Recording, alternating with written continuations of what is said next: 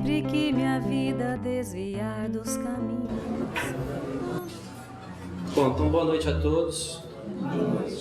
Eu peço vênia a todos vocês para poder fazer a exposição desse tema, que é um tema um pouco mais científico dentro do Espiritismo. E eu espero que eu consiga traduzir em palavras que todos vocês consigam entender o que vai ser falado aqui, porque é uma linha de pesquisa que as associações médicas espíritas estão trabalhando para desenvolver teorias e hipóteses que agreguem a ciência atual com o que diz o Espiritismo, especialmente Allan Kardec e André Luiz, que eram médicos encarnados, né, que todos conhecemos a história do livro Nosso Lar, que ele conta a história do seu último desencarne, e ele vem trazer ensinamentos sobre medicina e saúde na série André Luiz, que nada mais é do que isso, uma série de medicina e saúde. Então eu peço vênia aí, rogo aos mensageiros dessa casa que eu seja feliz nessa exposição, que não fiquem todos muito chocados. O corpo humano de cada um de nós, ele é constituído de aproximadamente 50 a 70 trilhões de células. É tanta célula que, para vocês terem uma ideia, a galáxia que nós vivemos, a Via Láctea, ela tem aproximadamente 400 bilhões de estrelas. E a galáxia mais próxima das nossas redondezas, que é a galáxia de Andrômeda, com a qual a nossa galáxia vai se chocar em aproximadamente 4 bilhões de anos, segundo a física, tem aproximadamente 1 trilhão de estrelas. E o corpo humano tem, de um adulto médio, tem entre 50 a 70 trilhões de células. É tanta célula que, se você contar uma a uma, levando 1 segundo para contar cada célula, sem parar nenhuma vez para tomar um cafezinho e sem perder a conta nenhuma vez, nós gastaríamos 1.500.000 anos para contar essas células. Eu já contei uma vez e está certo. Cada uma dessas células começa, ou deveria começar, entre um gesto de amor entre um espírito encarnado em um corpo masculino e um espírito encarnado em um corpo feminino. Deveria ser assim sempre, um gesto de amor. Mas no nosso planeta nem sempre é assim, mas deveria. Nesse gesto de amor, o homem deposita a sua célula reprodutora, o gameta sexual masculino, no aparelho reprodutor feminino, onde esse gameta nada em direção ao gameta sexual feminino, como nós podemos ver na figura abaixo. Um deles nada mais rápido do que outro e atinge o gameta sexual feminino, que é representado pelo ovócito primário, liberado na ovulação mensal feminina.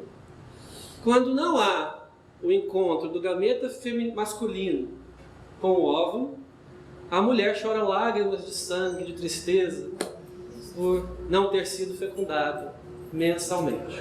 Não é assim? Lá no livro Missionários da Luz, entre os capítulos 13 e 15, André Luiz descreve esse processo no capítulo sobre a reencarnação de Segismundo, que é um espírito devedor dos seus pais, Raquel e Adelina.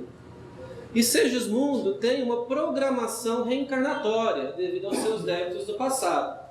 Ele deve vir a essa existência com algumas limitações orgânicas, algumas doenças, para que ele, depois dessa nova existência, esteja novamente quite com a lei divina. Para que isso aconteça, os mentores lá em Nosso Lar encaminham Segismundo para o Ministério da Reencarnação, onde um molde do seu corpo físico futuro é esculpido e eles possam planejar exatamente quais as limitações físicas que Segismundo terá naquela reencarnação. Quando do ato de amor entre Adelino e Raquel, o ambiente encontra-se blindado. Aquele quarto encontra-se blindado e ninguém entra. nem André Luiz e o mentor Alexandre, pelos méritos de Raquel, que é uma pessoa de bem, uma pessoa reta e justa, e que pelos seus méritos permite que aquele quarto, aquele recinto seja blindado e que nenhum espírito malfazejo adentre e aproveite daquela troca de energias entre o casal. Isso não acontece quando não há o merecimento do casal, quando não há o amor entre o casal. Ou, corrigindo, pode não acontecer. A gente pode ter companhia nesses momentos mais íntimos, companhias desagradáveis, caso não seja um gesto de amor, como deveria ser sempre. Nesse momento, depois de que há o depósito dos gametas de Adelino no aparelho reprodutor de Raquel, esses gametas começam uma corrida desenfreada em direção ao óvulo. Aí sim, o mentor Alexandre adentra o recinto, como descreve André Luiz, e seleciona dentre aqueles espermatozoides o que melhor se adequa geneticamente às provas de Segismundo. Porque nem todos os espermatozoides possuem a mesma carga genética. Existe um fenômeno na formação dos espermatozoides que é chamado de crossing over da meiose, que mistura os genes dos espermatozoides. Então é possível que você é você hoje porque aquele espermatozoide fecundou aquele óvulo, porque se fosse um segundo lugar, você seria um pouquinho diferente do que você é hoje. Então cada espermatozoide possui um potencial genético diferente. E Alexandre magnetiza o Michael Phelps e ele nada mais aceleradamente porque ele é o mais adequado para Segismundo formar aquele corpo físico que ele necessita para aquela reencarnação.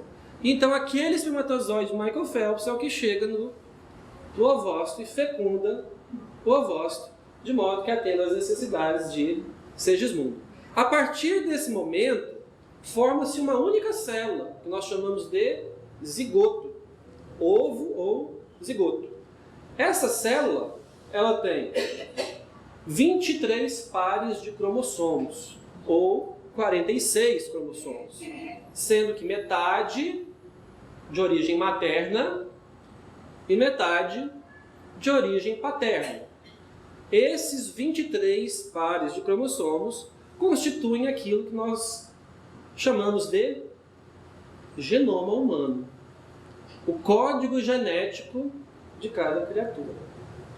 Até aqui tudo bem? Eu me fiz entender? Então, vamos prosseguir. Nesse momento em que há a fecundação, em que o espermatozoide atinge o ovócito, inicia-se a vida. Allan Kardec define isso no Livro dos Espíritos, que a vida começa na fecundação, e a ciência também. O Dr. Keith Moore, que escreveu um livro de anatomia e embriologia, que nós conhecemos, ele diz que a vida começa na fecundação. A partir daí, qualquer crime contra esse zigoto é um crime contra a vida. A partir desse momento.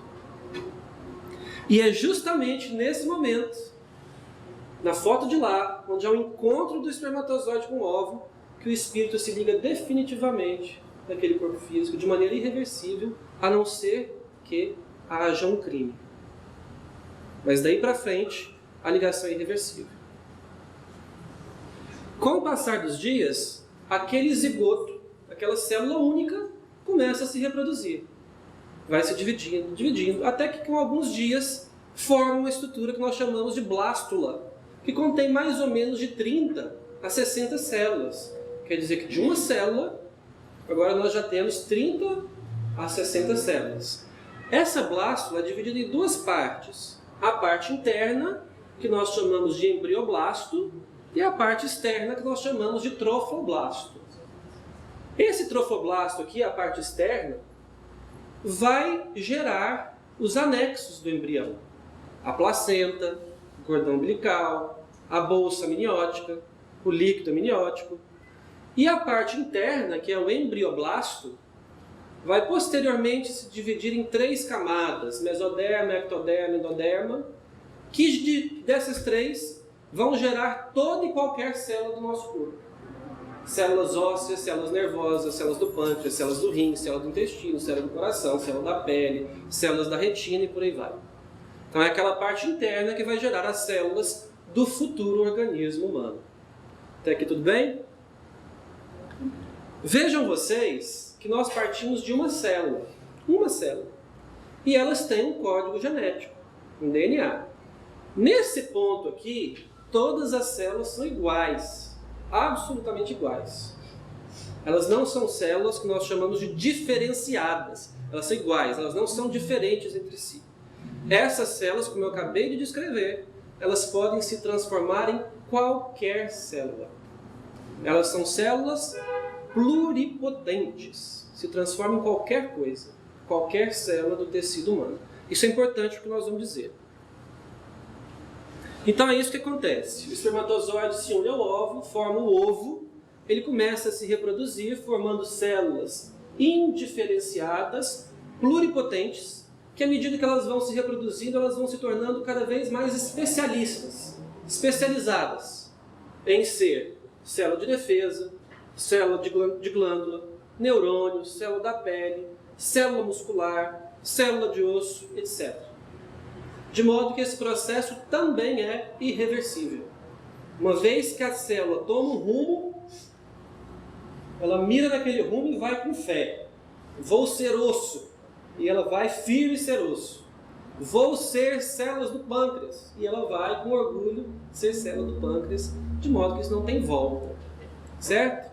A esse processo nós chamamos de diferenciação celular. As células vão ficando diferenciadas. Até aqui claro? Tá dando para acompanhar? Esse processo de diferenciação celular, no fim das contas, forma um corpo humano pronto para abandonar o útero materno e ganhar o mundo, né? Então é assim que todos nós somos gerados, somos fabricados, o nosso corpo físico pelo menos. E só de olhar as células, ninguém precisa ser um gênio para dizer que elas são completamente diferentes uma da outra. Só de olhar. Mas engraçado, elas não têm o mesmo DNA? Os mesmos genes?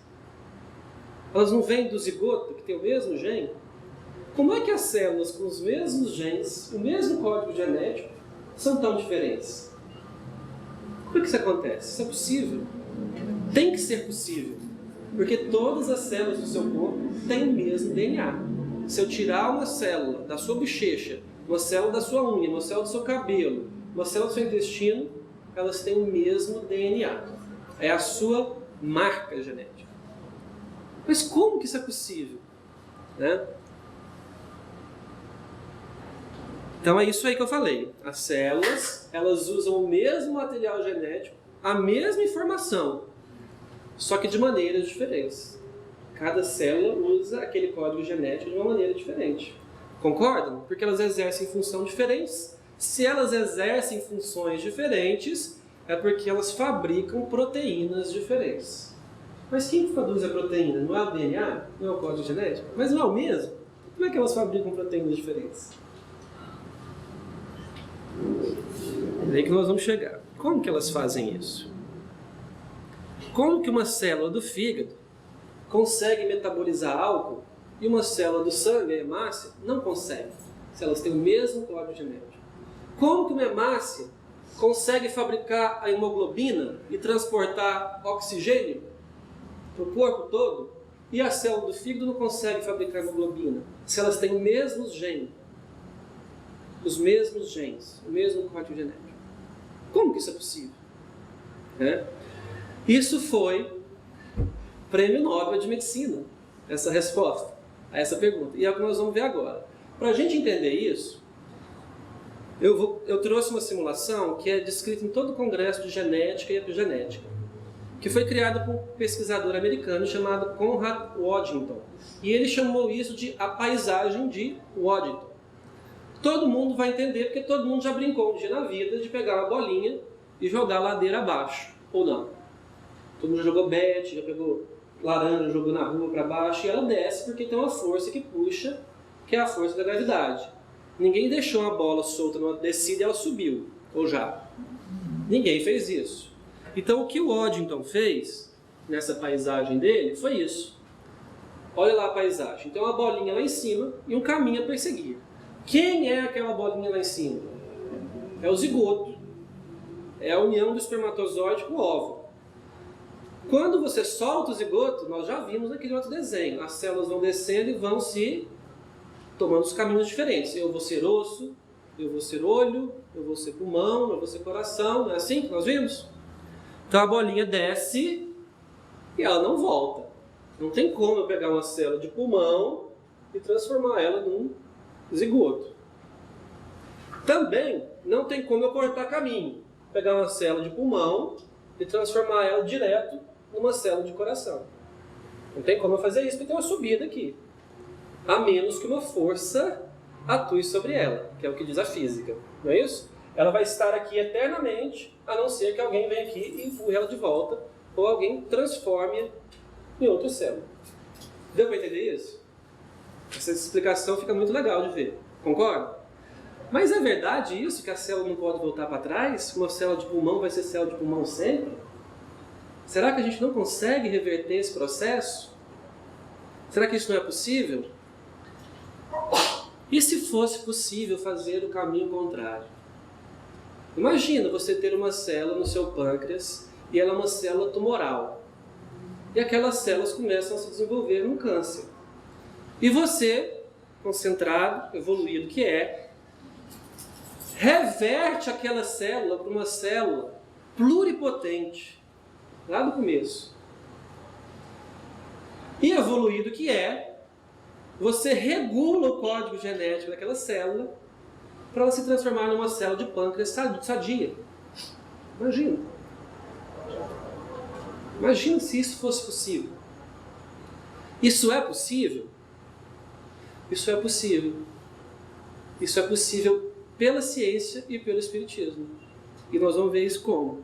Eu falei tudo isso agora, enrolei tudo isso para a gente chegar onde eu queria, que é a reversão da diferenciação celular. Transformar uma célula daqui até esse estágio aqui, pluripotente. Uma célula que eu posso transformá-la em qualquer outra célula que eu quiser. Como é que eu faço isso? Então eu apresento a vocês esse louco, ele é louco mesmo, tá? Que é o doutor, professor John Gurdon da Universidade de Cambridge, que ganhou o Prêmio Nobel de Medicina no ano passado, 2012, por causa disso. Só que o trabalho que ele publicou foi em 1962. E ele ganhou o Prêmio de Medicina Nobel de Medicina no ano passado. 1962, pensem comigo. Em 1953, o Watson e Crick descobriram a estrutura do DNA de dupla hélice. Aquela hélice que vai girando assim. Já sabia que existia DNA, mas ninguém sabia como é que ele era. Então Watson e Crick, em 53, descobriram. Em 58, Chico Xavier psicografa um livro chamado Evolução em Dois Mundos. Nós vamos chegar nele. Em 62, John Gurdon, que na escola era considerado um idiota pelo seu professor, do segundo grau, que escreveu isso. Acredito que Gurdon tem planos de tornar-se um cientista. Até o presente momento, considero isso ridículo. Isso foi o professor dele de segundo grau. Mas John Gurdon é um gênio, porque o gênio é aquele que olha para aquilo que todo mundo olha e vê o que ninguém vê. E foi exatamente isso que ele fez. Ele olhou para uma coisa que todo mundo já tinha olhado e ninguém tinha visto. Então, olha lá. Ver o que todos os outros viram, mas pensaram que ninguém ainda pensou. O que ele perguntou? O que ele queria saber? Qual que era a dúvida de John Gurdon? Essa dúvida que eu expus para vocês. Se uma célula de um adulto continha todo o material genético original, elas não vêm de uma mesma célula? Do zigoto? Então ele quer saber por que uma célula de olho é assim e do pulmão é assado. Então ele quer saber, elas têm os mesmos genes, são idênticas, ou ao longo daquela especialização, elas perdem gene para ficarem especialistas naquela função. Ou desligam aquele gene fica inativo. Era isso que ele queria saber, foi essa a pergunta que ele fez. E ele ganhou o Prêmio Nobel de Medicina porque ele descobriu a resposta. E como é que ele fez isso? Lembram da ovelha Dolly? Da clonagem? Ele clonou um sapo em 1962. Olha como que ele fez. Ele pegou um sapo A, o primeiro sapo, pegou um óvulo da fêmea. Só o óvulo, sem espermatozoide. E ele jogou radiação no núcleo. E a radiação destrói o núcleo, destrói o DNA. Então esse núcleo morreu. Então quem que sobrou aqui? Só o citoplasma da célula, né? E a membrana. Quer dizer, uma célula sem núcleo. Até aqui tudo bem? Aí ele pegou, é um ovo. É uma célula lá indiferenciada. Lembra lá da paisagem de Waddington? Ela está lá em cima. Ela pode se transformar em qualquer coisa se ela se juntar com o espermatozoide. Aí ele pegou uma célula da pele de outro sapo, que é uma célula já especializada. Lembra lá que a célula da pele é uma das células super especializadas? Quer dizer, se ela perder os genes, ele vai ver nessa célula. Ela perdeu os genes. Aí ele tirou o núcleo dela, que é onde está o DNA. Aí ele juntou o núcleo dela com o citoplasma dessa. Deu para entender isso? O que ele ia esperar? Que ia formar uma célula de pele. Porque aquela célula perdeu o gene. Aquela célula desligou o gene. Concorda? Não é o núcleo que sintetiza as proteínas, que controla a célula? Ela viraria uma célula de pele.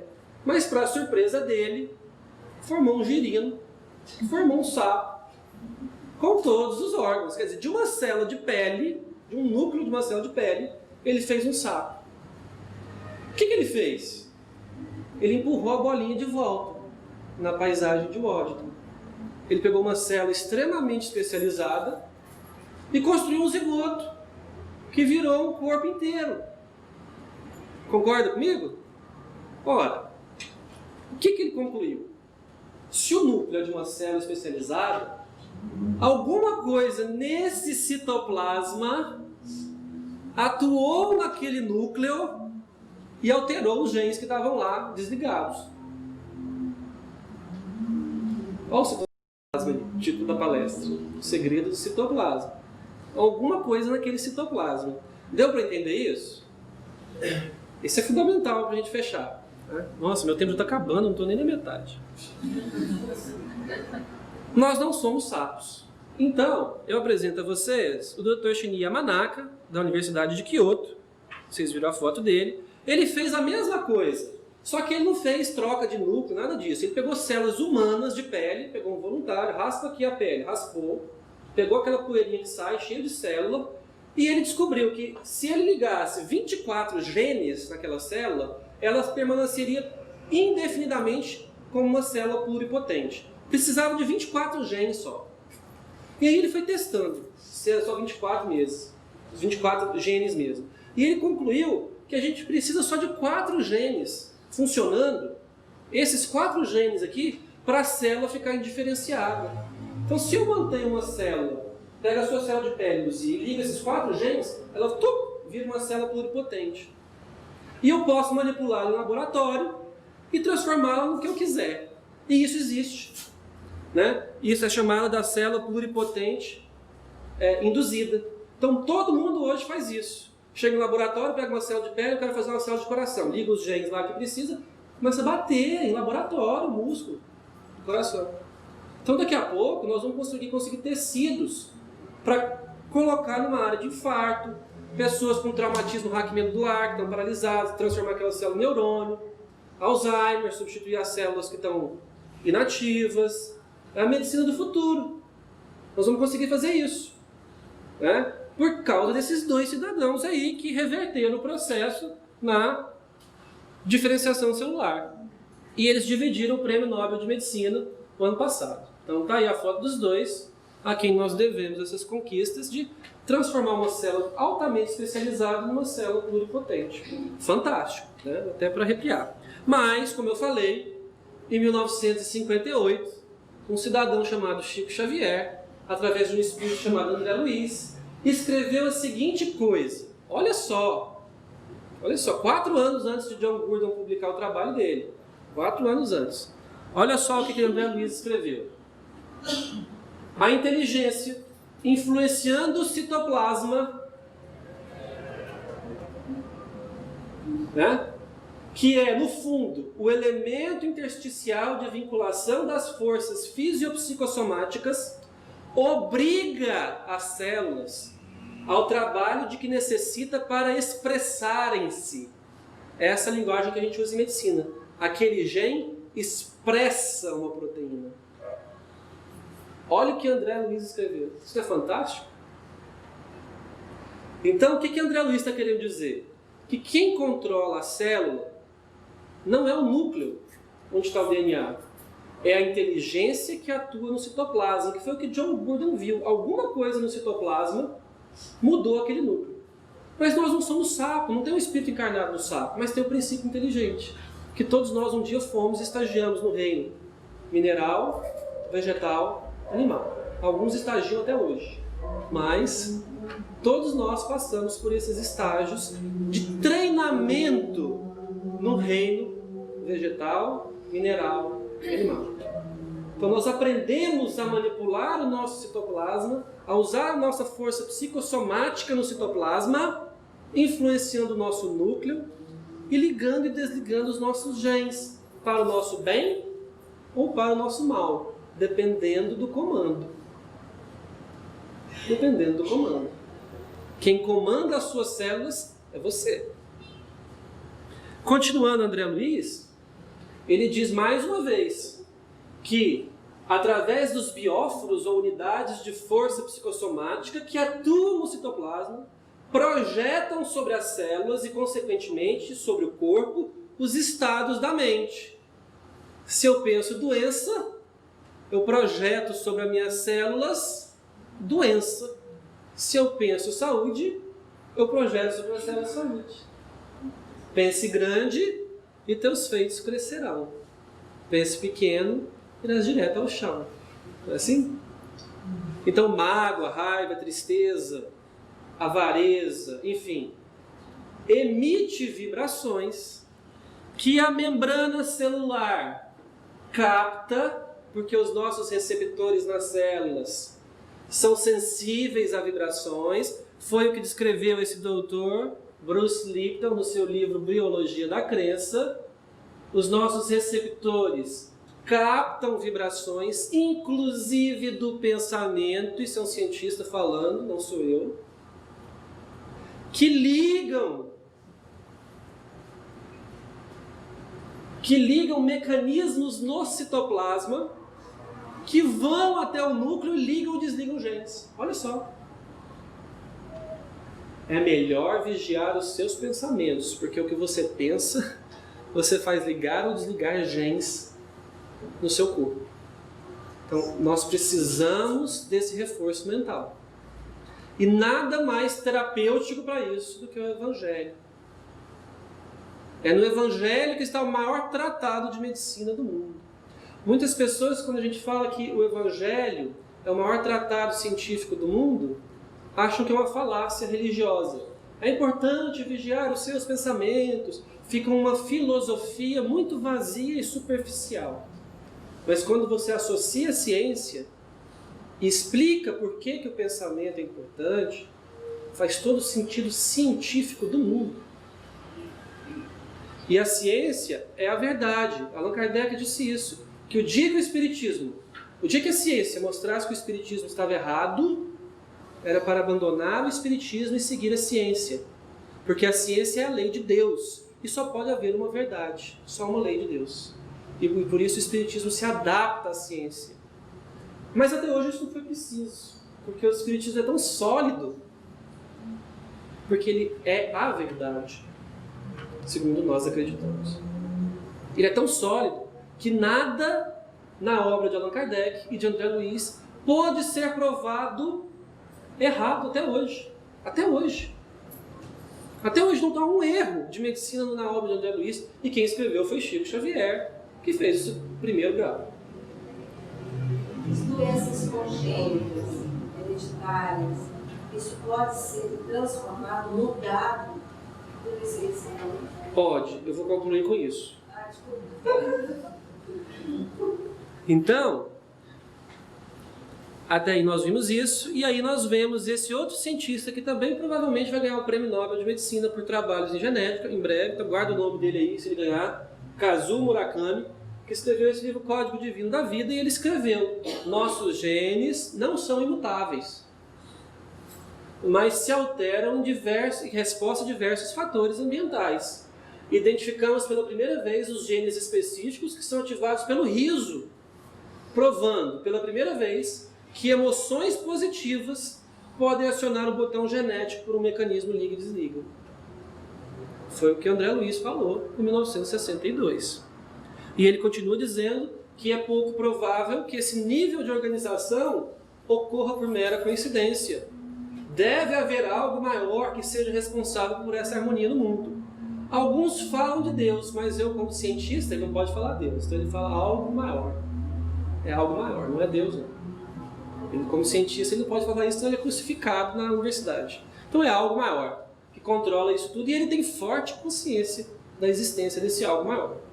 Estou trabalhando em um projeto, junto com Vossa Santidade o Dalai Lama, ele foi um dos 7 convidados para esse projeto, cujo objetivo é provar a hipótese de que a felicidade, a alegria, a inspiração, a gratidão e a prece podem ligar ou desligar genes específicos. Poderá explicar os ensinamentos de Buda e Cristo, descrevendo-os como mecanismos de ativação genética. Como é que Jesus curava? Poderá explicar os mecanismos de cura de Jesus. Substituir uma célula doente por uma célula sadia. Aí vem André Luiz e diz o seguinte, também evolução em 2 mundos, né? Que o bem constante gera o bem constante. E nós não precisamos, não há necessidade expressa de recorrermos à doença, lembra? Para eliminar os resquícios de treva, que eventualmente se nos incorporem ainda ao fundo mental. Nós não precisamos adoecer para ficar quite com a lei. Porque você pode nascer programado para ter uma determinada doença a partir de determinada idade, que está no seu gene, mas a sua prática incessante no bem, o seu cultivo do amor, da caridade, do respeito ao próximo, cria um mecanismo que desliga aquele gene indefinidamente. Então você se ajusta à lei pelo amor e não pela dor. Agora, se você não consegue fazer isso pelo amor, vem a vida e te ajusta pela dor. Mas é a culpa sua que não deu conta de desligar o seu gene, que não amou o suficiente. Não cultivou o bem da maneira que deveria. Porque nós nascemos com tendências. Nós herdamos tendências no nosso código genético. Conta nos dedos de uma mão as doenças que são determinadas geneticamente 100% dos casos. Se você nasceu com aquele gene, você vai ter. Conta nos dedos de uma mão. Uma delas é a Coreia de Huntington. Que é uma doença muito desagradável, muito triste. Uma delas. A outra, se não me engano, é a fibrose cística, e as outras eu não lembro agora. Mas todas as outras, você herda tendências e não qualidades. Você não vai ter necessariamente. Você tem a tendência a ter. Mas deixa eu te fazer uma pergunta.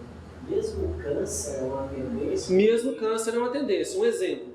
Angelina Jolie tirou as 2 mamas recentemente, porque ela nasceu e fez um teste genético. Ela tinha 2 genes, BRCA1 e BRCA2.